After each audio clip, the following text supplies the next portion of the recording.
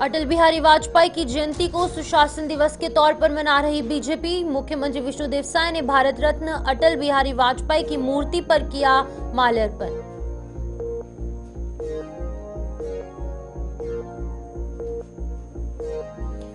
रायपुर जैन मंदिर में चोरी के 3 आरोपी गिरफ्तार। मंदिर के कर्मचारियों ने की मंदिर में चोरी। जब्त मशरूका की कुल कीमत लगभग 15 लाख रुपए।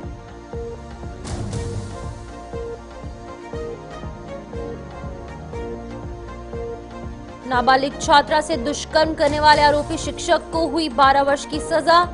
दंतेवाड़ा फास्ट ट्रैक कोर्ट में न्यायाधीश शैलेश शर्मा ने सुनाई सजा।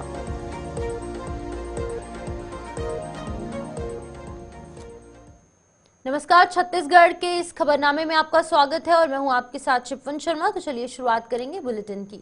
मुख्यमंत्री विष्णुदेव साय ने आज राजधानी रायपुर के अवंती विहार चौक पहुंचकर पूर्व प्रधानमंत्री भारत रत्न स्वर्गीय अटल बिहारी वाजपेयी की जयंती सुशासन दिवस के अवसर पर उनकी प्रतिमा पर माल्यार्पण कर पुण्य स्मरण किया। इस अवसर पर उन्होंने कहा कि अटल जी छत्तीसगढ़ वासियों की भावनाओं का सम्मान करने वाले महान राजनेता थे। अटल जी का नेतृत्व, दूरदृष्टि और जनसेवा के प्रति उनकी प्रतिबद्धता हम सभी के लिए प्रेरणा का स्रोत है। उनकी नीतियों और विचारों ने भारत को एक नई दिशा दी। उन्होंने कहा कि श्रद्धेय अटल जी जो है उनके सपनों को साकार करते हुए छत्तीसगढ़ तेजी से विकास की ओर अग्रसर है। मुख्यमंत्री विष्णुदेव साय ने अटल जी के जन्मशती के इस विशेष अवसर पर कहा कि अटल जी के मूल्यों को आत्मसात कर हम सभी राष्ट्र निर्माण में अपना योगदान दें। इस अवसर पर स्वास्थ्य मंत्री श्याम बिहारी जायसवाल, विधायक पुरंदर मिश्रा, विधायक सुनील सोनी, विधायक मोतीलाल साहू, विधायक राजेश मुनट सहित अन्य गणमान्य नागरिक उपस्थित थे।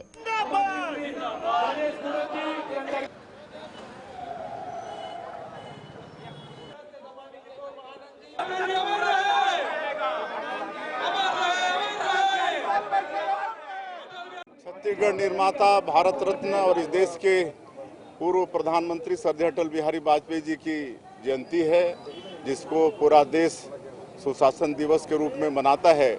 और इस अवसर पर श्रद्धेय अटल बिहारी वाजपेयी जी को शत शत नमन करते हैं, उनको विनम्र श्रद्धांजलि अर्पित करते हैं। उन्होंने छत्तीसगढ़ राज्य का निर्माण किया और उनके सपनों के आधार पर इसका तेजी से विकास हो रहा है। हमेशा उनका आशीर्वाद मिलता रहे। अटल परिसर भी आप लोग बनाने और पूरे छत्तीसगढ़ वासियों को सुशासन दिवस की बहुत बहुत बधाई। अटल परिसर आप लोग आज जितने भी नगरीय निकाय हैं छत्तीसगढ़ प्रदेश के अंदर।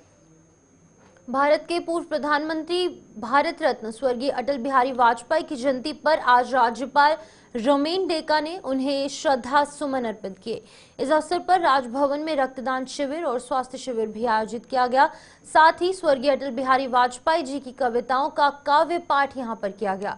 इस अवसर पर प्रथम महिला रानी डेका काकोटी भी उपस्थित थी। बता दें कि राज्यपाल डेका ने इस अवसर पर कहा कि वाजपेयी विराट व्यक्तित्व, महान वक्ता, जननायक थे। इस अवसर पर राज्यपाल डेका ने यहां पर वाजपेयी से जुड़ी स्मृतियों को साझा किया और कहा कि वो छोटे और बड़े सभी कार्यकर्ताओं का ध्यान रखते थे और सम्मान करते थे। उन्होंने आगे कहा कि आज हमें ये संकल्प लेना चाहिए कि अटल जी के दिखाए मार्ग पर चलकर हम भारत को सशक्त, समृद्ध और आत्मनिर्भर राष्ट्र बनाएंगे। सभी नागरिकों को सम्मान, अवसर, भ्रष्टाचार मुक्त प्रशासन और न्याय तक हर व्यक्ति की पहुंच हो। ये हमारी जिम्मेदारी है कि हम अटल जी के सपनों का भारत बनाने में अपना योगदान दें।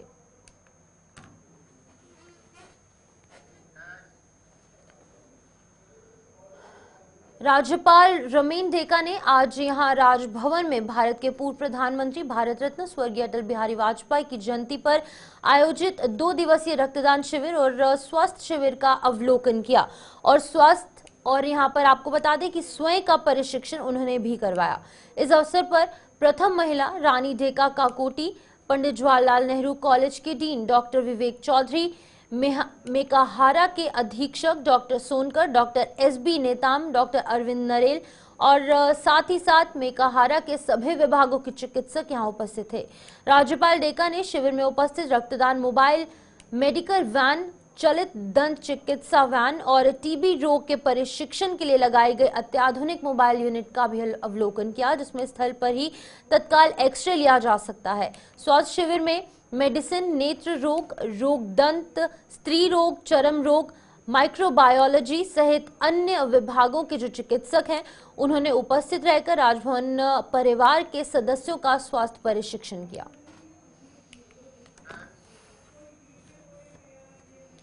रायपुर में क्रिसमस और नववर्ष के अवसर पर वरिष्ठ पुलिस अधीक्षक डॉक्टर लाल उमेंद्र सिंह ने होटल, रेस्टोरेंट, कैफे, ढाबा और बार संचालकों के साथ बैठक की। बैठक में संचालकों को निर्देश दिए गए कि वो अपने संस्थानों में आयोजित कार्यक्रमों के लिए अनुमति लें और यातायात व्यवस्था का ध्यान रखें। इसके अलावा संचालकों को यह भी निर्देशित किया गया कि वो अपने संस्थानों में शराब का सेवन नियंत्रण करें और नशीली पदार्थों की बिक्री पर रोक लगाएं। आज ये अपना रायपुर शहर और इससे लगे हुए सभी होटल और रेस्टोरेंट, लॉज के व्यवसायी हैं उनको आज मीटिंग ली गई। प्रमुख तौर पर जो कल से जो 25 दिसंबर से लेकर 1 जनवरी तक की जो पार्टियां विभिन्न होटलों में चलती है उसके संबंध में विस्तृत चर्चा किया गया और उनको निर्देश दिया गया।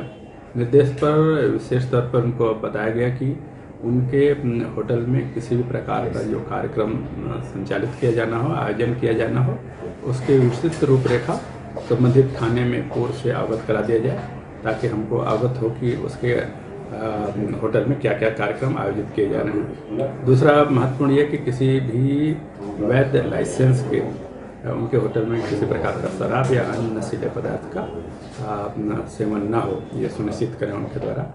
समय के संबंध में भी उनको बताया गया कि चूँकि न्यू ईयर का समय है इसलिए समय को एक्सटेंड करते हुए 1 बजे तक का रखा गया है और 1 बजे तक समस्त आयोजन द्वारा बंद हो, इसके बारे में भी उनको अवगत कराया गया। डीजे पूर्णतः प्रतिबंधित होगी। सभी जो अपना साउंड सिस्टम के संबंध में जो माननीय उच्चतम न्यायालय के जो निर्देश है उसको भी अक्षरशः पालन किया जाए। कहीं किसी प्रकार का हुड़दंगी या फिर इस प्रकार का आपराधिक गतिविधि संचालित होने पर तत्काल पुलिस के द्वारा कार्रवाई करते हुए उस होटल व्यवसायी की बिक्री भी अगर उनके द्वारा। छत्तीसगढ़ के बीएड सहायक शिक्षक अपनी नौकरी की सुरक्षा को लेकर सड़कों पर उतर आए हैं। हाल ही में छत्तीसगढ़ हाई कोर्ट ने डीएड जो यहां पर डिग्री धारकों को सहायक शिक्षक के पद पर नियुक्ति का आदेश दिया था, जिससे कि बीएड डिग्रीधारी सहायक शिक्षकों की नौकरी खतरे में आ गई है। सहायक शिक्षकों ने तेलीबांधा में रक्तदान किया और साथ ही साथ सरकार से अपनी सेवा को सुरक्षित करने की मांग भी की। क्या एक शिक्षक जो इच्छा मृत्यु से रोकने की कोशिश करता है, समाज का निर्माण करता है, 1 वर्ष 5 महीने के अनुभवी शिक्षक, सबसे पहले तो इनको रखना क्यों चाहिए? अगर आप बच्चों के भविष्य के बारे में सोचते हो मुख्यमंत्री जी, तो 100% इन शिक्षकों को 2900 शिक्षक राज्य की धरोहर है। वहां के लोग, स्थानीय लोगों की भी मांग है। आप या तो उस मांग को रौंद जाओगे, वहां के लोगों की भी एक ही मांग है कि अनुभवी शिक्षक हैं, हम लोग के भाषा में पढ़ाते हैं। आज वहां के लोग नवोदय एकलव्य में भर्ती हो रहे हैं। और दूसरी चीज, शिक्षक की कमी तो ऐसे ही थी, वहां पर एक अकेला हेडमास्टर कार्यालय का काम करे क्या? आज वो हेडमास्टर बोलता है जब से सहायक शिक्षक आए काफी काबिल हैं और भरत जैसे भाई आए, आप लोग की वजह से हम लोग समय निकाल के बच्चों को पढ़ा पा रहे हैं। और इन शिक्षकों को निकालना मतलब है कि बस्तर का जो शिक्षा है उसको 1.5 साल पीछे ले जाना।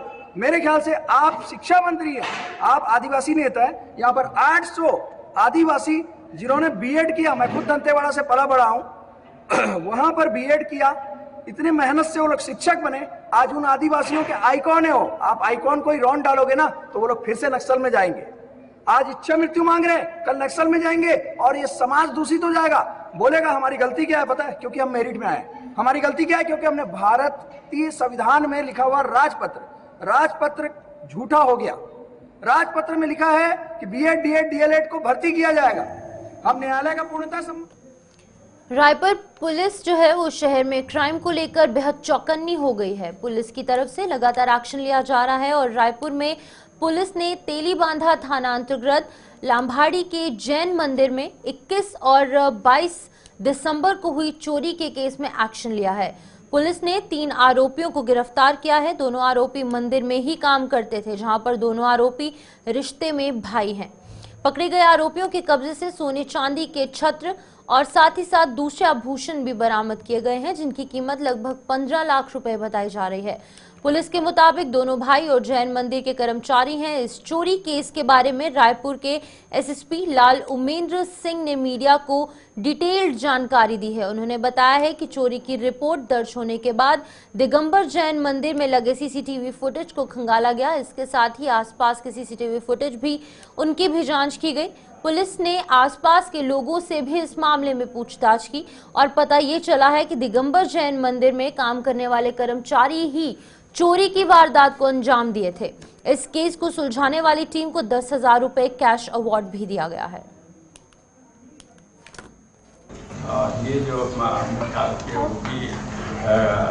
साल डेढ़ साल शायद बहुत ज़्यादा दिनों से काम कर चुका है और अभी भी दोनों सक्रिय रूप से इसको भूमिका में थे, जिसमें प्रमुख तौर पर इसके पहले क्योंकि वहाँ काम कर रहे थे।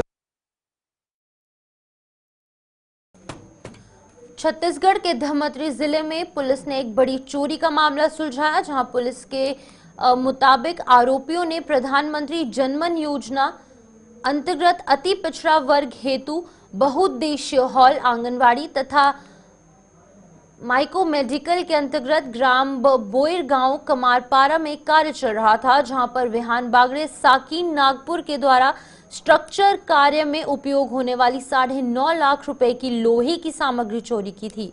पुलिस ने 3 आरोपियों को गिरफ्तार किया है और चोरी की सामग्री को भी बरामद कर लिया है।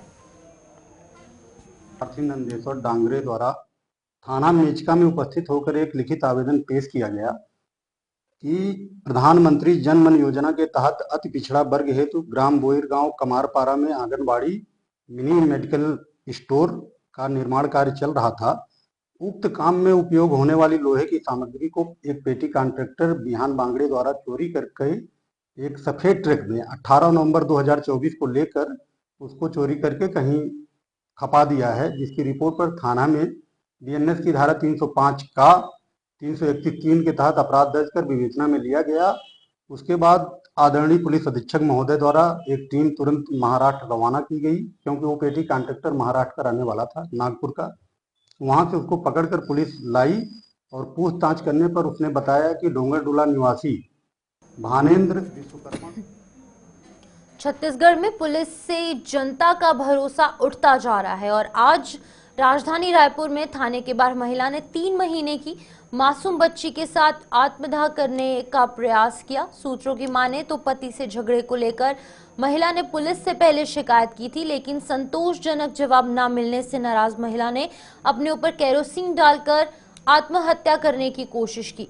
थाने के बाहर हुई इस घटना को देखकर थाने में मौजूद पुलिस जवान भी हतप्रभ रह गए और आनन फानन में जवानों ने दौड़ते भागते आग में जलती महिला और बच्ची को बचाने का प्रयास किया, जिसके बाद उन्हें तत्काल सामुदायिक स्वास्थ्य केंद्र में भर्ती करवाया गया।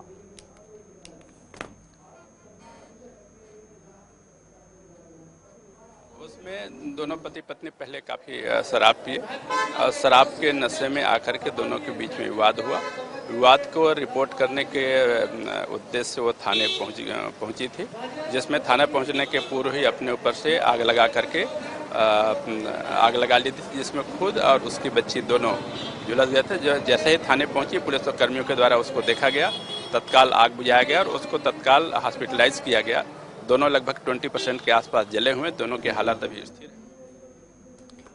वहीं नाबालिग छात्र से छेड़खानी करने वाले आरोपी शिक्षक अजय सिंह को 12 वर्ष की सजा हुई है।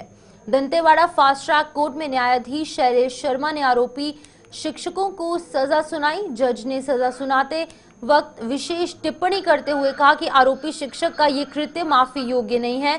बता दें कि 29 अक्टूबर को दंतेवाड़ा थाने में आरोपी शिक्षक के खिलाफ पॉस्को और एट्रोसिटी एक्ट के तहत 29 अक्टूबर को यह मामला दर्ज हुआ था।